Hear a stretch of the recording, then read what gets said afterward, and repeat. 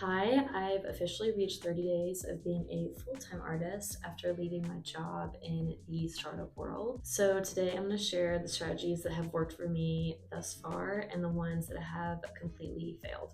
I'm going to be incredibly honest and show you guys my analytics. I'm not a big creator by any means, but I still think it's helpful to show you guys where I'm at in my journey, and it might be helpful to other people. I've already gone over my strategy from when I first left my job and took the leap into being a full-time artist. So if you want to see that, I will link the video below. And I also have another video on the lessons that I have learned working 6 years in startups and how I'm applying that to my artist career. I will link both of those videos down below if you are interested in watching that. Okay, so the agenda for today's video is we're going to go over the strategy that I had a month ago. We're going to go over what I did and what I did not do. And we're going to go over all the analytics to see what worked and what didn't. And then I'm going to go over my new strategy moving forward. Also, I am filming this in my public library, so go support your public library. But I am a little sweaty because the fan is right behind me, and when it's on, that's all you can hear is the fan. So just ignore that. If I look a little sweaty, if I'm glistening a little bit, just ignore that, okay? Okay, let's get into it. 30 days ago, my strategy was pretty simple. It was number one, selling my art, and then number two, content creation. So on the selling my art piece, I really wanted to create prints of my artworks. I already have a website that I created a couple years ago and I've kept it up to date, but I was not doing a good job of keeping my prints up to date. So that was like a huge goal of mine the past 30 days was making sure that I created prints that were ready to sell. The other aspect of that was selling in person on the street or as a vendor at events. I was really passionate about just showing up on the street and selling in person, just popping up somewhere. I was really excited about that. But there are laws against that. I should have known that, but whatever. So I haven't been able to sell in person at all yet, but I have been applying to a bunch of events. So hopefully something will come out of that. The second piece of my strategy relied heavily on content creation. So that was me posting consistently at least 1 to 2 times a day. It included up-leveling my content. So just spending more time on the editing and the scheduling of that and just like all the aspects of content creation. That was like my goal, was to up level it and then also post consistently on TikTok, Instagram, and YouTube. And I'm just gonna highlight these slides because I do think it's helpful in case you didn't watch my first video. But if you want like a more in-depth discussion on this strategy, then please go watch that first video because I really go into it. But anyway, so my content strategy was mainly posting about my artwork. Number one, advertising that I'm doing commission and pushing out my prints once they were ready. The second piece of that was my MUSE Experiences, which are brand experiences around my artwork that include video documentation and storytelling. So that's mainly like when I do my collections, I usually add another element to it, which is like a short film, interviews, sharing the process behind the artwork, behind all the things that go into creating collection, that kind of thing. And then the last piece of the content strategy was doing more lifestyle and vlog type videos that included routines, sharing my journey on my career change. That was going to be selling prints in the street, what that looks like. And yeah. Okay, so now we'll jump into the next part, which is what did I do and what did I not do of this strategy? So, number one, selling my art. My number one goal was to create prints and sell them. I did do that. I created my prints in within 3 weeks, which is honestly super impressive, I think, because the printmaking process is very intense and there's just a lot of things you have to do to turn your paintings into quality prints. I ended up working with a local printer and he really helped me pick out the correct paper. We went through a bunch of different test prints and then finally got to a good place where the prints matched my paintings perfectly. And I'm very, very proud of my prints and the process and everything. So please go check them out. They're on my website. But anyway, so that was our number one goal, was to create prints, and we did do that. So I'm really, really proud of myself for that one. I kind of touched on this earlier, but I was not able to sell in person yet because there are laws against selling on the street without a license. So I wasn't able to do that, but I have applied to over 15 events to sell at. The only thing with becoming a vendor at events is you have to be accepted. A lot of them are juried. So it's like a panel of people that are okaying if you're allowed into the event or not, or if it makes sense or not for you to be there, which I totally understand. The only thing is, I just really, really was excited about selling in person and doing it within my first month. And when you work with events and other businesses, you kind of have to be on their timeline, which I totally understand and I totally get. But I just am impatient. I really want to get out there and get into it, but it just takes time. And a lot of the things that you apply for with events is usually like months ahead of time. So a lot of the events that I have applied for are not until the end of this year or early next year. So just something to keep in mind if you are an artist trying to work with events and you're ready to get out there. Just know that some of these events, at least in my experience, a lot of the events do take submissions months and months and months ahead of time. Okay, so now onto the content creation piece. I have been able to post at least 1-2 times every single day. I have been doing really good at posting 2 times every single day during the week, and then usually like 1 time on the weekends. One thing that really helped me on making this possible was I recorded like a daily diary series on my journey of leaving my job and becoming an artist. And that was super easy to post because it was just like me talking and kind of giving my experience. So that was pretty easy to have like a consistent daily content piece to push out. And then the second one was usually like my art collections, posting those, also doing like silly little trends that are going on at the time that are relevant for me and my art. I also have been posting every single week on YouTube, like long form videos. So I broke those down into smaller short form videos that I could post on my social medias as well. So that also made it easier to have just content ready to go. Getting into a more detailed view of my content strategy, I did do my last stroke series. That was an easy video to make because artists usually do this trend on social media where they add the last stroke to the painting. But anyway, I did do the last stroke series, so that one is a yes. The weekly motivation to start off the week, I did not do that. I had this idea. People would tell me all the time that I should be a motivational speaker. I don't think I have the confidence to do that, but I did kind of want to do like a little motivation video every single week because I motivate myself to do this and I thought it would be helpful. But honestly, I didn't even do it. It was just ran out of time and I didn't really have like the motivation to do that. So I did not do that.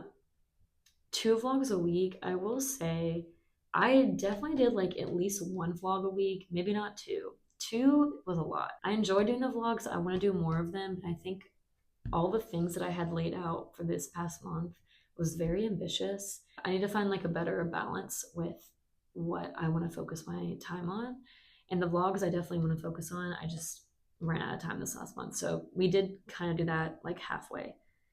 2 artwork focused posts a week. I did do that, if not more. I probably did at least like 3 or 4 artwork focused posts a week, but that's easy because I already have so much content around my artwork. The other thing is the 2 trends a week. I think I pretty much did 2 trends a week. So again, that's just an easy one. And then 1 long form YouTube video a week. I did do this, but I feel like I kind of cheated doing this because I overestimated, no, I underestimated for how much work it takes to make a YouTube video because it is a lot of work, guys. It is so much work to create these long form YouTube videos. Like, I cheated because I did do 1 long form video probably every other week. And then in the in between weeks where I just did not have time to make another YouTube video, I put all of my daily diary series into like one giant video. So It's like a diet, like an artist diary compilation of like the like days 1 through 7 and then 7 through or 8 through 14 or whatever. And I just did it by each week. So I still posted a YouTube video, but I kind of feel like it's cheating because I didn't actually like create a whole new form of content for that video. I don't know. You give me your opinion on whether that's cheating or not, but maybe it's genius because I did put a lot of work in those daily diaries. I want to use it in more than one place. Okay, the other things that I wanted to try was experimenting with paid posts.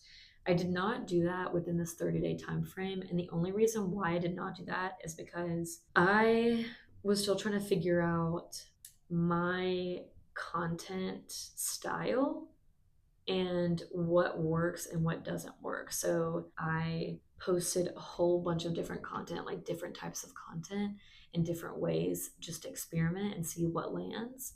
And so I didn't feel comfortable. I didn't feel strongly enough on any of the posts to want to pay money to have it be advertised out there, because when you're advertising something, people are going to follow you from that advertisement if they even want to, and they're going to expect that same type of content from you moving forward. And if I'm still experimenting with a whole bunch of content, I don't want to like push out something and pay for it and have people follow me based on that. And it's totally different when they actually follow me. You know what I mean? So that's why I didn't really feel like I was comfortable doing that. Another one is pushing my prints and commissions. So I did push my prints, but it was near the end. So, like I said, it took me 3 weeks to finally get my prints ready. So that left me with 1 week to push. So I did push it, but yeah. So I feel like there's like a caveat there. Caveat. I don't know. And then pushing my commissions. I don't really think I did a good job of this personally. I did do outreach on my own personal time and like reached out to contacts that have asked me for commission in the past. So I did do that, but I didn't post it like really anything about my commissions other than adding that I do commissions in my bio. But that's pretty much all I did. One more thing that I want to go over before we move into the analytics portion of the video is I wanted to highlight some of the things that I did do that I did not include in that strategy. So I'm constantly doing research on what I can do to improve my content and my art and just like overall my strategy for turning this into a career. After I made that first strategy, there were some things that I learned that I started applying to my strategy. And those included changing my YouTube thumbnails. So if you scroll back on my channel, you'll see that I have a few videos that I've been posting over the past year. And after doing research, I learned like that there's a better font to use, it's clearer to read. So I changed everything to match that font. And I just tried to make them a little bit more engaging. I did some research on like thumbnail best practices, and I just went through and like updated all of those. I wanted to keep the videos up just because I do think that they're helpful information. They're definitely not like the best video quality ever. It is work that I put into videos and I didn't want to delete them and I didn't want to get rid of them. But I thought changing the YouTube channels just kind of helped it make a little bit like cleaner with the rest of my videos that I'm putting out. So that's one thing that I did was I changed my YouTube thumbnails, and apparently YouTube really appreciates when you experiment with the thumbnails even weeks later. So that was just like one thing that I tried out. The other thing that I learned on the Instagram side of my strategy is to do trial reels. So anytime I posted an Instagram reel, I would duplicate the draft and then also post that exact same video as a trial reel. The reason I did this is just because I follow a lot of people who do the same thing and they say that it works. I will say I do think it works, and it really helped me like push my content to new viewers. Okay, hi, my phone died, so I had to leave the library, but I'm in my car now, and I just wanted to have like a little talk about my content so far. And sorry if I get sweaty. I had my car on, but it was like making the camera shake, so I was like, okay, I'm gonna have to turn the car off, and it's hot here, so I'm just gonna be sweaty. Just ignore it, okay? But anyway, I want to talk about my content and how I've been doing it so far. Not covering the short form content, I'm talking about my long form content on YouTube. I feel like in my videos, I'm kind of like talking at people and I'm like giving a lot of advice, and I think it's good content and good information, and I'm definitely like putting in a lot of work to make it good quality for you guys. But I feel like it's not fun for me to create those videos, and also I kind of feel like, not really like imposter syndrome, but I just kind of feel weird because I feel like I'm talking about things that are not my artwork, if that makes sense. Like, I definitely have other layers. And I want to share other things with you guys, share other things on my channel other than just my art. But I feel like a lot of my videos, I'm kind of coming off as like this more corporate side of me, and I just left that industry, and I'm really proud of myself for leaving and really proud of myself for like taking that leap. And I really want to find myself on this journey, and I want to share things. What I'm trying to say is I want to make videos that have a more casual feel to them. And if I want to drop some knowledge within the casual videos, I will. Because, I mean, let's face it, like, I'm a Capricorn. I like to motivate myself and people. I'm very driven. I am very strategic. I always have a plan. I'm a planner. But I recognize that that is not a very fun thing to watch. And I think what was happening was I was watching all these videos of like people giving their strategy and how they blew up, and giving advice on how to be good in marketing and be good on social media. And that's great, and I appreciate those creators, but I don't want to pigeon myself into that hole of being a creator that only talks about the strategy behind things, or like how to do well with your habits, or like the planning side of things. Like, I think that will just work itself naturally in my content. And I think my previous videos, I've really just only channeled that side of me, and I didn't channel the art side of me at all. Like, I feel like if you watch my short form content, there's a disconnect from what I post short form and a disconnect into what I post long form. So long form, I'm like this like person that's like giving a presentation and giving advice and sharing knowledge and like habits and all this stuff on how to plan and like help get into a habit of like painting every single day, and things that helped me become an artist, and more of like the strategic side. But I don't really post any of that on my short form content unless it's me breaking down the YouTube videos into that short form. And so what I'm trying to say is I just want to make it more casual on my long form videos, like maybe do like some vlog style, like drop some knowledge here and there, but mainly do like a vlog, kind of like my journey, more of like the cinematic visuals that I love doing, and that's why I wanted to add visuals to my art in the first place. And I plan on doing like more art focused like tutorials, art process videos, and again, my journey, and like more cinematic, like how I do my interviews for collections, how I do short films for collections, that kind of thing. I just felt like there was a disconnect between my short form and long form, and also like a disconnect with me too, because yeah, like I felt a little bit like I was being this corporate presentation, strategic planning girly, which I am, but it wasn't fun for me. Oh my God, my iPhone storage keeps getting full. Anyway, I hope that makes sense. I am excited for what I have in mind going forward for my videos, but I just wanted to like preface that because my next couple of videos might look a little bit different from all the ones that I've done previously. But yeah, so just want to go in more casual vloggy type videos, but still engaging for you guys and fun for me to make, and cool visuals as much as I can, and hopefully it just comes across as more pleasing to you guys and more fun for me. I think I just said the same thing in like 3 different ways. I'm flustered. My phone keeps dying / running out of iPhone storage. So, next I'm going to show you guys the analytics side of things. Okay guys, it is time to dive into my analytics. I am currently posting on Instagram, TikTok, and YouTube Short. So we're going to do a deep dive into my personal analytics, the growth that I've experienced from posting once or twice every single day for the past month.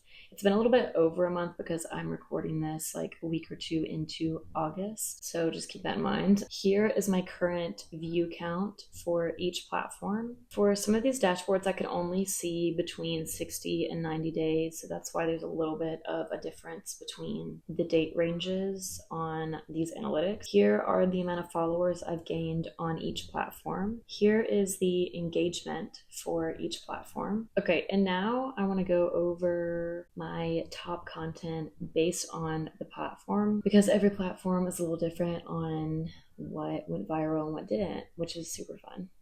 For Instagram, I think I touched on this previously, but I do a trend where I add the final stroke to a painting, but it's with a random object.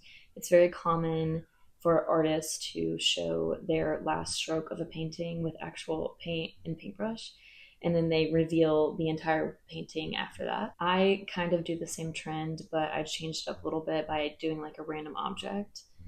It's silly, I know, but it does really, really well. So on Instagram, the number one piece of content in the last 90 days is a reel that I did for that trend.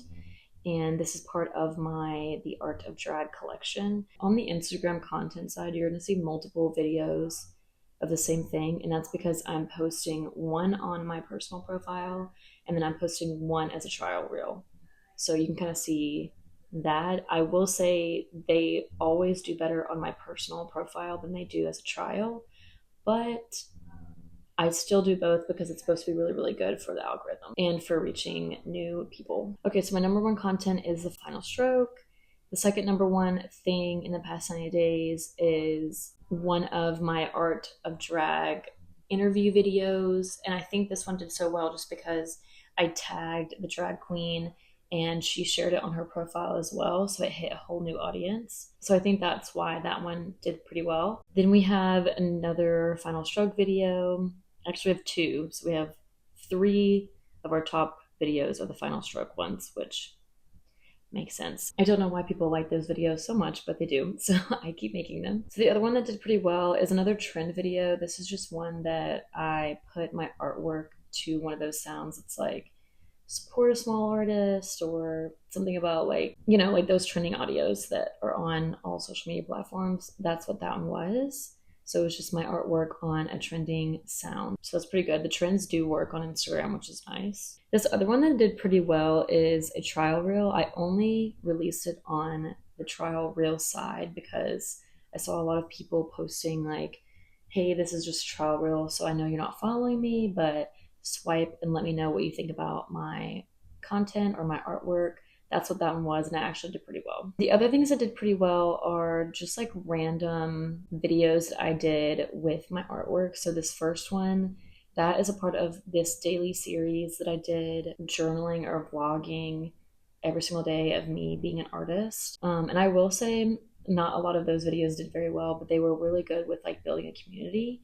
They didn't do well views wise, but they did do pretty well with building a community, finding people who are in a similar boat and want to watch my journey, and with engaging my followers that I already have. So that one did actually pretty well. I was surprised by that. I think the reason why it did so well though is because in the very beginning of the clip, I'm immediately showing one of my like most popular paintings. And so I think that's why it did so well. I don't think it's because of the series that I did. I think it's because I showed my most popular painting. All these other ones are pretty much very similar, really just showing off my artwork or their trends, or they're the final stroke ones. So, okay, so that's our top content on Instagram. What I'm noticing is the final stroke trend does really well. Any content that is partnered with another person where they share it on their feed as well does really well, obviously.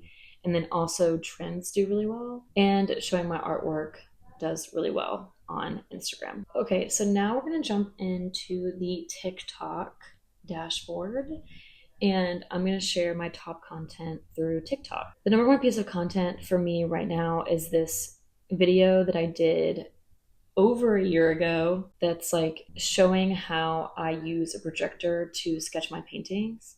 This is more of like a not even really a how-to video, it's just like a little like cute video of me just like setting up my projector and sketching it, and then it has music over it, like I'm not talking at all. So I'm kind of surprised that one does so well, but I think it does so well because people are searching on TikTok how to use a projector for sketches or how to sketch on canvas or whatever it is. So that one is from over a year ago and it's still doing consistently well.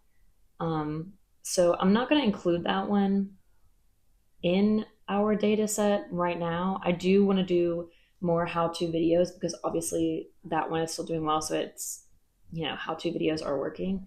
I have a plan to do more of those, but for the sake of this video, I don't think it should count within the last 30 days. So the number one piece of content on TikTok is my trend video, of course, showing my most popular painting. Also, this funny one that I did showing my artwork, that one did pretty well. This next one is another one showing my artwork off. These are just really basic too. Like, guys, these are like super easy to throw together. Like, I'm literally just showing a part in my painting where it's already mostly completely done over like a trending audio. I'm not talking in it at all. So that is pretty nice that these like trendy artwork videos are doing better than the rest of the stuff because it's easy to make. The next content piece here is I went to Beyonce's concert and I created an outfit based off of her Bugaboo video. So that one did pretty well, which I was excited about because it was just like a fun, crafty video. Honestly, looking at this and seeing what does well on TikTok kind of makes me sad because I do so many like vlogs and voiceover ones and I put a lot of work on those and it just does not hit on TikTok like I think it would. But whatever, it's fine. This one I will talk about because I really, really like this one for engagement and views, but there was like this trend going around where people were saying like, oh, I blocked my husband, tell me which wedding dress I should get, or oh, I have this thing coming up, what outfit should I wear for it? And I was getting so many of those on my feed, and so I was like, why don't I do like an art version of it where I say like, oh, I have my first event tomorrow, which print should I bring, which prints should I bring to the event? And it honestly went really, really well. There was so much engagement on that, so definitely see if you can do the trends as much as possible and like work it with you and try to do the trends that are like more engaging because that's what the algorithm likes, is people commenting on your video, and that one did really well. So yeah, so overall on TikTok, the content that does the best is how-to content, obviously, because that's still number one after a year. But other than that, trends do really well, anything showing my artwork. So it's very similar to Instagram on that aspect. Okay, so now we're gonna hop into YouTube's dashboard, and honestly, this is my favorite one because YouTube gives you so much data and it's amazing. And I've seen the most growth on YouTube versus any other platform in this past month and a half. I'm only going to go over the short form content for YouTube just because my long form YouTube videos, they don't really have a lot of data on them just because I only get around like 100, 200 views on each video right now. So once I get a better data set on that, I will definitely share that. But as of right now, I don't think it's super relevant. So our number one piece of content on the YouTube Shorts side is, do you want to guess? It is a trend. I think we're learning here that trends do really well on every platform, so do trends. But yes, so the first video is a trend video.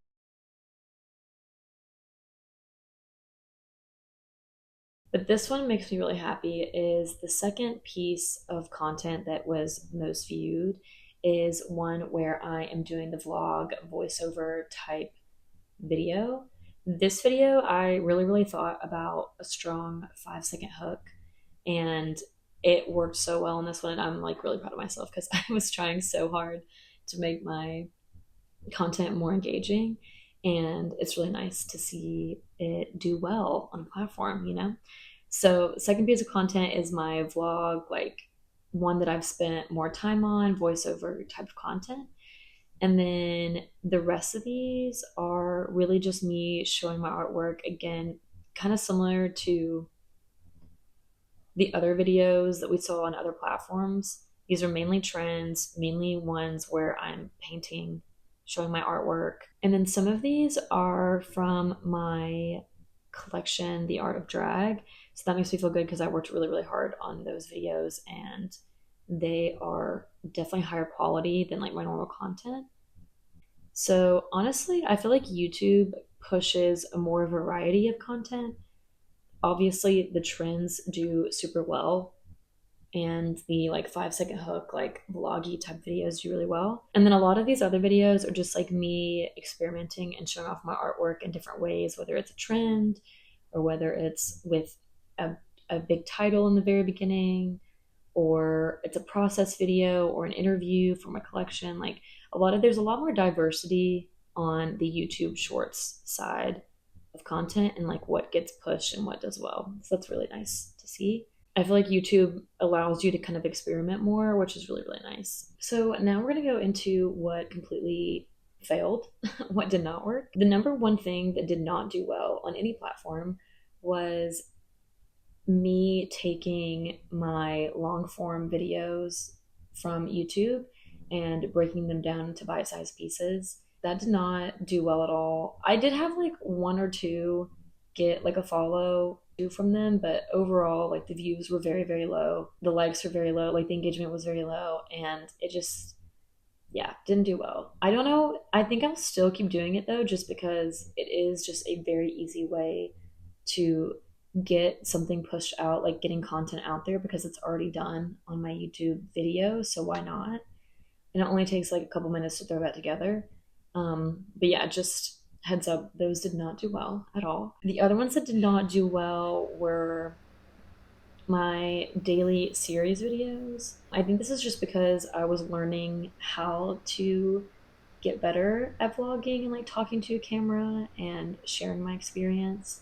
And so those videos were like not, you know, the highest quality. I just literally set up my camera and started talking to it and just sharing my experience. But yeah, those did not get a lot of views, but they did get a lot of engagement from my followers, my current followers, and they reached a lot of new people that wanted to see my journey and are in a similar boat or just want to see what happens, you know? I think those videos were helpful because it was, again, really easy content to put together and just have like something to push out.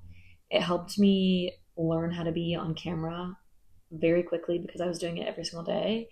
And it helped me kind of like get rid of like trying to look perfect to be able to post content, because a lot of the videos I'm literally not wearing any makeup and I like just showered, did not care, just blow dried my hair, did not fix it. Like, another thing that I want to say about the daily series is it was really helpful because not only did I get better at talking in front of a camera, but I think I got better at storytelling as well. Like if you scroll back and look at like day 1 to day like 10 of that series, like it was very kind of like chaotic and me just like brain dumping. But the ones that I released later on in 30 days actually had like a story. They had a better opening. I think overall it was good. I'm glad I did it. The other piece of content that did not do well was anytime I tried to push my prints, I don't know why. I don't know if it's just because like social media knows I'm trying to like sell something, so it's not pushing it out as much. I don't know what went on with that. But every time I would like make a dedicated post on my prints and saying that they were available, the views were just like tanking, the engagement tanked. So I don't know. I don't know if it's algorithm. I don't know if like my prints suck. I don't know if it's a me thing. I don't know. Comment below if you know what it is, but those just did not do well. So I've been getting like a little bit sneakier about putting my prints in like my like vlogs, or you know, working it into a video that's not super dedicated only on to the prints. Okay, my camera got too hot, so I had to switch to my phone.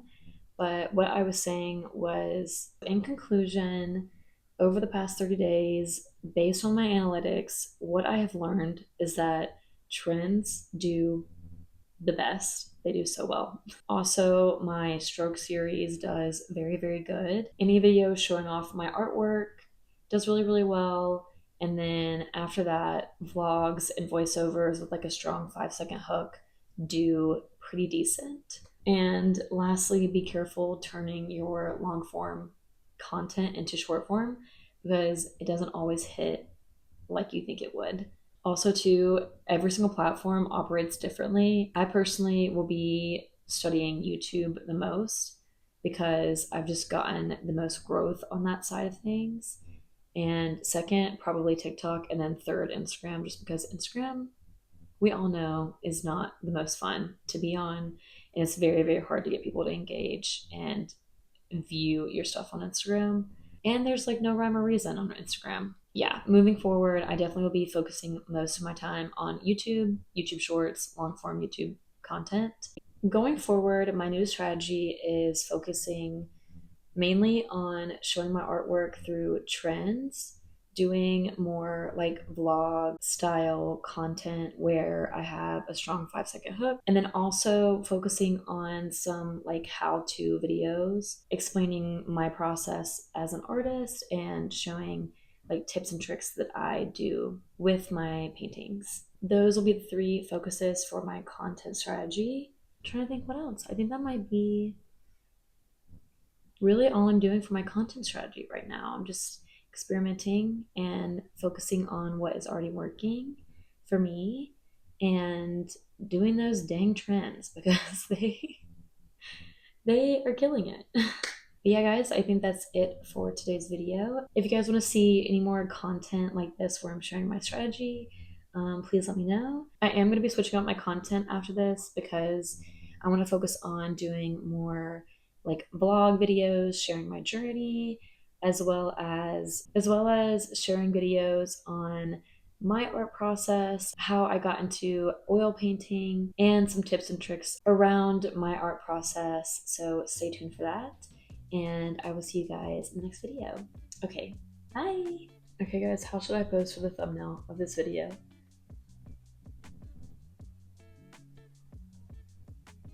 1 month. One month in.